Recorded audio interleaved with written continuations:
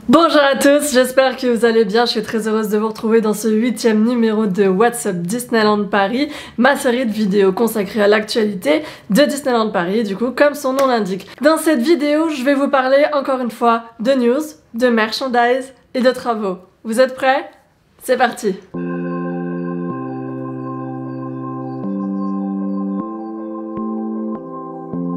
Alors, que s'est-il passé cette semaine sur la planète Disneyland Paris? Après l'épisode de rentrée de la semaine dernière où j'ai fait un peu le point sur tout ce qu'il y avait eu à retenir en tout cas sur l'été à Disneyland Paris, aujourd'hui on va se consacrer un peu plus sur l'actualité chaude, si on peut appeler ça comme ça, de Disney, en l'occurrence des petites actus, du nouveau merch et puis quelques travaux qui continuent à avancer ou qui apparaissent. On commence tout de suite avec l'actualité à proprement parler, à savoir Halloween qui commence à s'installer tout doucement à Disneyland Paris. Les décorations d'Halloween commencent à arriver tout doucement mais sûrement. Elles sont déjà pas mal installées du côté de Frontierland, sur le fond du land d'ailleurs, du côté du Frontierland Theater dont on va reparler très très vite juste après d'ailleurs.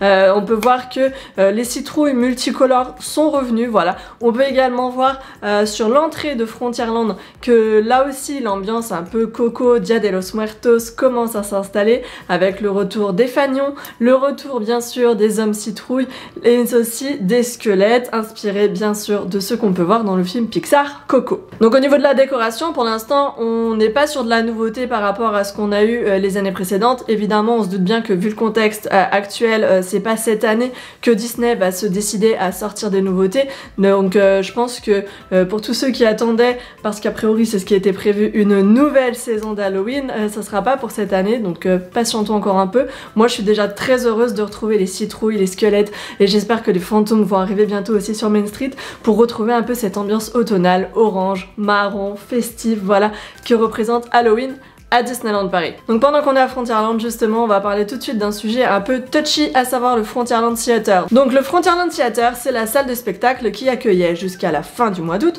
le spectacle Le Roi Lion et les rythmes de la Terre. Ce spectacle, on en a parlé la semaine dernière parce que comme je vous l'avais montré, il apparaissait sur le site de Disneyland Paris au niveau de la programmation pour la semaine, sauf que le fait est qu'il n'a pas du tout eu lieu de toute la semaine dernière. Donc petite faille au niveau technique, au niveau du programme sur le site internet, ou annulation à chaque fois de dernière minute. Toujours est-il que ce qu'on peut dire pour l'instant, c'est que le spectacle a l'air d'être définitivement suspendu, et est-ce qu'il reviendra ou pas d'ici la fin de la semaine qui marque du coup la fin officielle de la saison du Festival du Roi Lion et de la Jungle, franchement j'en doute. Donc je pense qu'on peut dire aujourd'hui que la saison est terminée, voilà, puisse l'avenir me donner tort, mais en attendant ce qu'on peut faire, petite note positive dans tout ça, c'est que la bande originale du spectacle est arrivée sur les plateformes de streaming audio. Donc moi j'ai Spotify, du coup je vous mets le capture de Spotify, mais je pense qu'il est également disponible bien sûr sur Deezer. En termes de fermeture, faut également que je vous parle bien sûr de la fermeture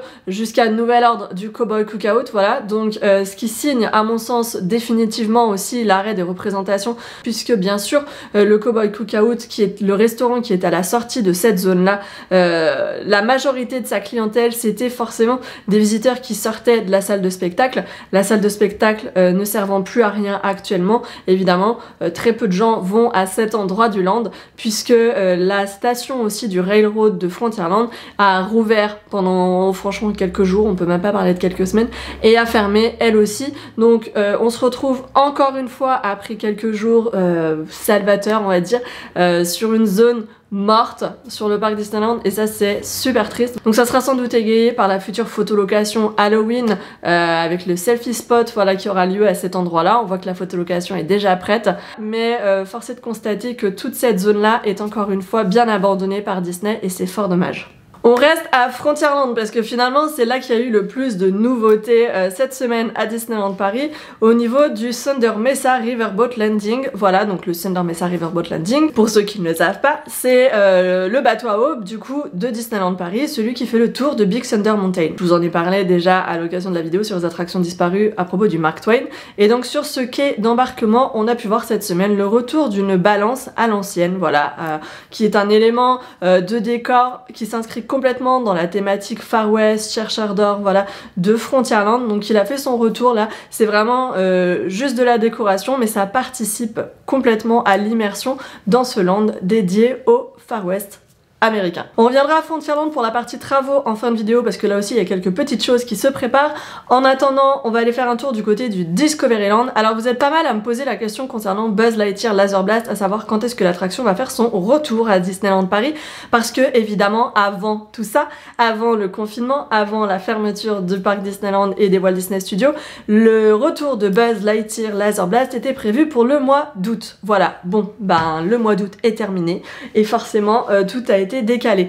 Donc on n'a pas encore eu de date officielle malheureusement de la part de Disneyland Paris au sujet de la réouverture de Buzz Lightyear, sachant qu'il y a eu une coupure de 4, presque 5 mois. Je tablerai pas forcément sur un retour à partir de décembre, mais peut-être en début d'année 2021, voilà, donc on attend encore la communication officielle, mais soyez sûr que dès qu'on aura une date, je vous la donnerai dans ces vidéos, évidemment. Donc on reste sur les réhab d'ailleurs, les réhabilitations, les fermetures pour entretien des attractions. Cette semaine, le carrousel de Lancelot vient de fermer ses portes, voilà, pour réhabilitation lui aussi.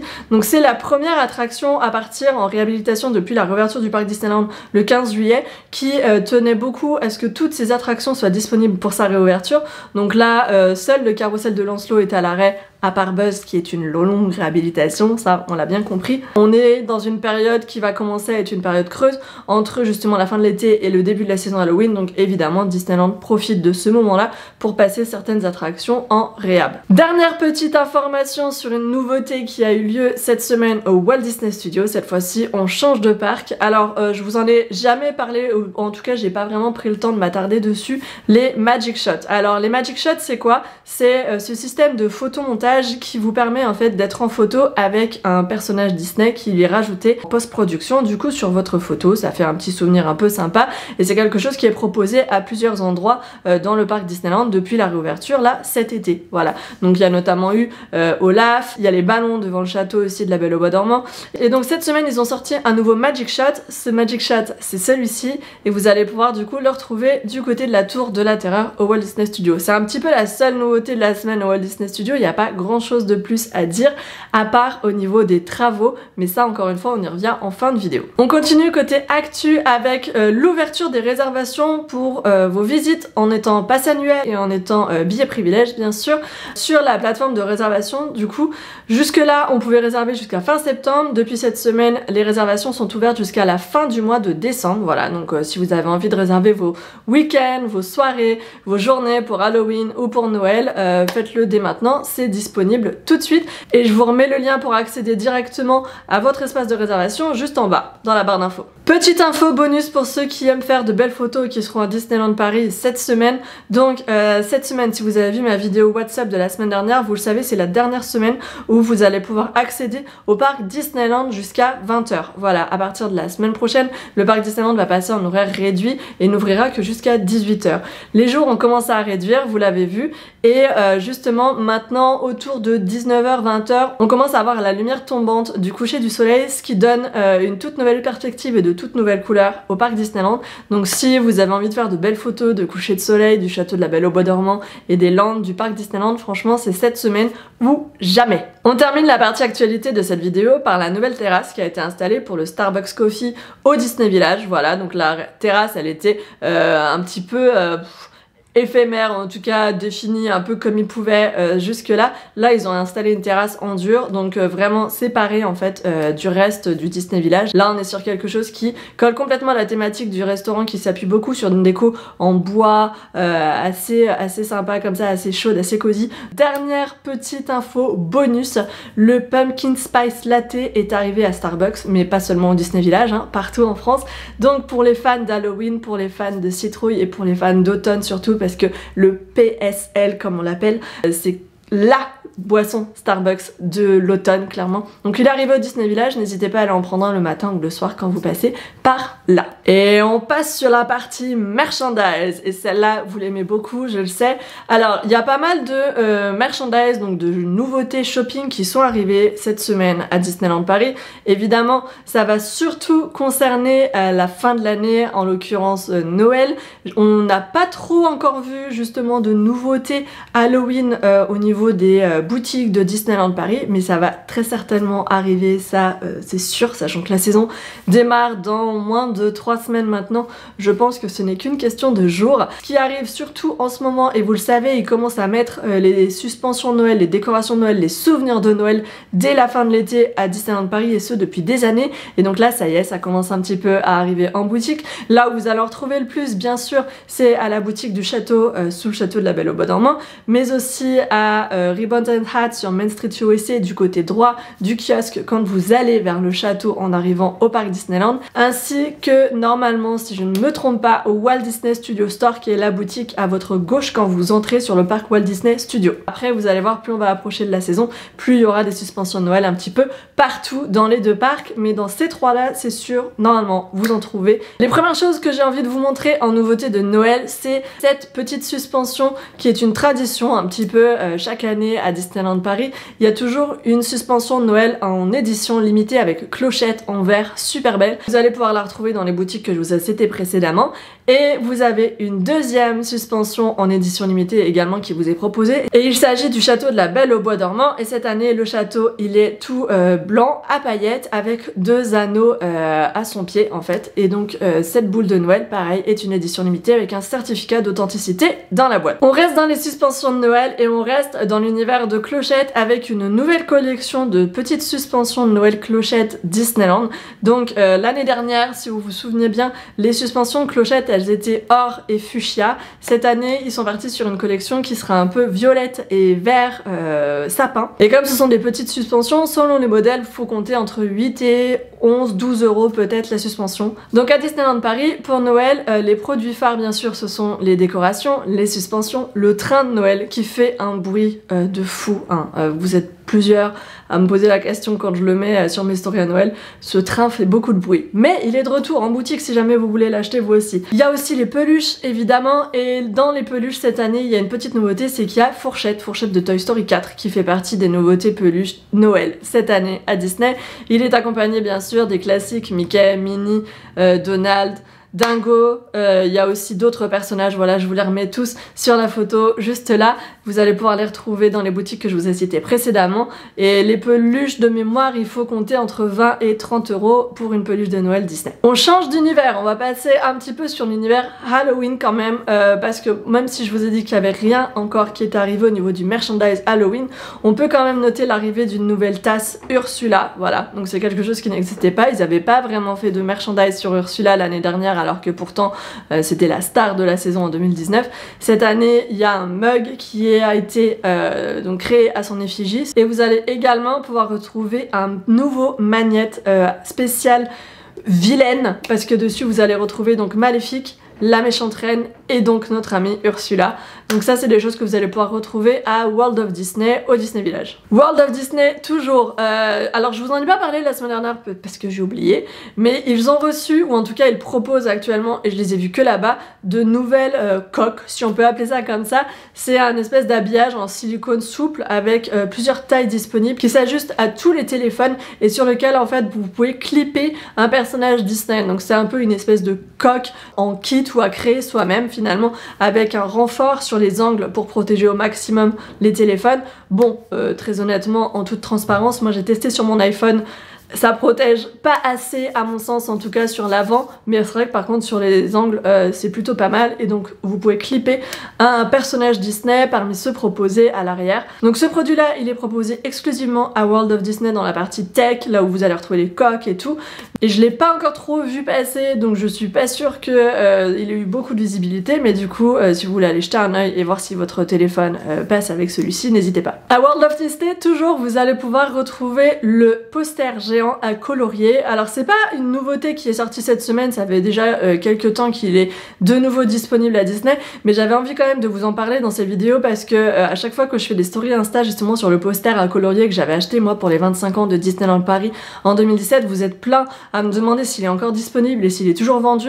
Donc c'est pas exactement le même, mais dans l'idée c'est la même chose, c'est le même principe. C'est un poster qui fait 1 mètre sur 70 cm et que vous allez pouvoir du coup disposer au mur ou au sol pour le colorier, voilà, et c'est à vous après de choisir les couleurs que vous avez envie de mettre dessus, soit en étant complètement fidèle aux couleurs de Disneyland Paris, soit en créant un nouveau land complètement différent de ce que vous connaissez.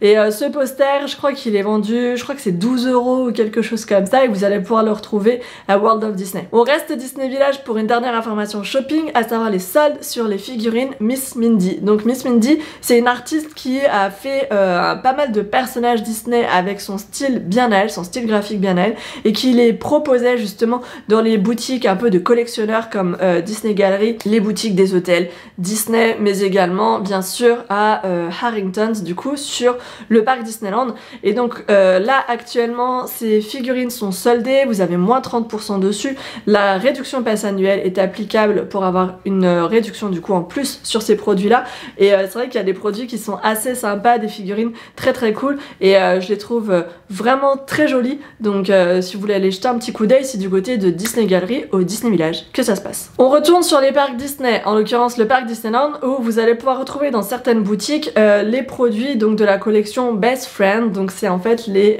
produits pour nos amis, les animaux, donc nos chats, nos chiens. Et donc cette collection Best Friend, elle est proposée notamment à Lily's Boutique et à Thunder Mesa Mercantile Building. Et vous allez retrouver bien sûr les bols, mais aussi des petites tenues pour eux. Et la présentation en fait de cette collection a été plus travaillée, plus développée, et du coup est davantage mise en avant dans les boutiques des parcs. Donc si vous avez envie de ramener un petit souvenir pour votre animal de compagnie, n'hésitez pas à aller voir ces petits corners Best Friend sur les boutiques Disney. Dernière petite nouveauté shopping que vous allez pouvoir retrouver sur le parc Disneyland, c'est le t-shirt avec les 3 hyènes, donc les 3 hyènes du Roi Lion, et l'expression I'll take a cub sandwich. Donc pour ceux qui ne parlent pas du tout anglais, cub sandwich du coup c'est un jeu de mots avec le club sandwich bien sûr, et cub en anglais ça veut dire lionceau tout simplement. Donc c'est le croque lionceau dans sa version originale, et donc ils ont sorti un t-shirt là en fin de saison du Roi Lion, donc cherchez la logique. Est-ce qu'on a autre chose à dire au niveau des nouveautés merchandise? Je crois pas, je pense que j'ai fait le tour en tout cas pour cette semaine. J'espère que j'aurai de nouvelles choses à vous montrer la semaine prochaine. En attendant, on va passer à la partie que vous aimez beaucoup, à savoir les travaux de Disneyland Paris. Alors, au niveau des travaux de Disneyland Paris, en ce moment, il y a pas mal de choses. C'est aussi dû bien sûr à la préparation d'Halloween. Il y a certaines décorations qui sont assez lourdes et qui mettent un peu de temps à être préparés. Je pense notamment aux ronces de Maléfique qui sont en train d'être installées dans la cour du château justement, donc juste après la sortie du château de la Belle au Bois dormant, vous faites face à des palissades, c'est parce que les ronces de Maléfique sont en train d'être installées à Disneyland Paris, donc ne vous inquiétez pas, ça va arriver. Je pense que d'ici quelques jours on va les voir apparaître. Et donc je vous ai dit qu'on allait retourner à Frontierland pour la partie travaux, justement parce qu'à l'entrée de Frontierland, face au Lucky Nugget, toute la partie centrale où on a l'habitude justement de voir des hommes citrouilles, tout ça, est actuellement derrière des palissades. Ils sont en train de préparer justement l'installation d'un nouveau stand à snack probablement, et aussi on sans doute quelques décorations d'Halloween qui vont arriver prochainement, donc ça devrait se décanter je pense d'ici le début de la saison. Et on retourne à Fantasyland pour la suite des travaux au sol qui avaient lieu devant, rappelez-vous, la boutique de l'Arbre Enchanté, qui est quasiment terminée. Donc là clairement c'est une question de jours avant qu'on puisse de nouveau circuler à cet endroit là. Comme vous pouvez le voir sur cette photo, ça a vraiment bien avancé. Il n'y a plus grand chose à finaliser. On fait un tout petit point rapide sur justement Avengers Campus et l'entrée des Walt Disney Studios. Avengers Campus, il n'y a pas beaucoup d'avancées par rapport à la semaine dernière. On est toujours sur un sol entièrement détruit, et la façade de Café Café est toujours là. On peut pas trop voir encore l'avancée des travaux, c'est pas en tout cas visible d'une semaine à l'autre. Du côté de l'entrée des Walt Disney Studios, en revanche, on peut voir que le sol est quasiment terminé. Voilà, on est vraiment sur les finitions. J'ai l'impression qu'il reste plus que justement les côtés et le tout devant en fait, à l'entrée vraiment de Studio 1 à peaufiné, mais tout le reste est terminé, on peut le voir sur cette photo. Et on va faire un petit tour rapide du côté de Parachute Drop pour apercevoir que les travaux sont toujours en cours du côté du terrain, qui accueillera prochainement, on n'a pas de date encore, mais prochainement l'attraction Cars Route 66 Road Trip. C'est quoi le nom déjà? Ouais c'est ça, Cars Route 66 Road Trip. Pourquoi c'est aussi long? Donc on peut voir que les travaux continuent aussi de ce côté-là pour une livraison, on ne sait pas encore quand. Et enfin, je terminerai par une petite information importante qui est la fermeture temporaire du bureau des passes annuelles sur le parc Disneyland, qui a annoncé via le groupe Facebook qu'à partir du 1er septembre, le bureau des passes annuelles serait fermé et que pour réaliser leur passe annuelle, les visiteurs devraient aller en guichet 7 à 12 du côté du Walt Disney Studio Park. Donc c'est les guichets qui sont à votre écran extrême droite quand vous arrivez au parc Walt Disney Studios. Et on ne sait pas trop pourquoi est-ce que cette fermeture a lieu, parce qu'elle n'était pas prévue, mais en attendant, voilà, il y a quand même une alternative si vous avez des questions sur vos passes annuelles ou des petits soucis, voilà, parce qu'on a tous quelques soucis de réservation avec ces passes annuelles cet été. Donc voilà, ça se passera du côté de l'entrée des Walt Disney Studios. Ben, je crois qu'on a fait le tour, ça y est, voilà. Donc c'était un petit numéro, voilà, il n'y avait pas de grosses news cette semaine à part l'arrivée des décos d'Halloween et bien sûr de tout ce qui va avec. Donc j'espère que ça vous a plu. On se retrouve bien sûr dès la semaine prochaine pour un nouveau numéro de WhatsApp Disneyland Paris et j'espère que d'ici là j'aurai de l'actu un peu sympa, du merch à vous proposer et quelques petites avancées travaux aussi notables à vous montrer. En attendant, passez une excellente semaine, prenez soin de vous et à bientôt. Bye bye.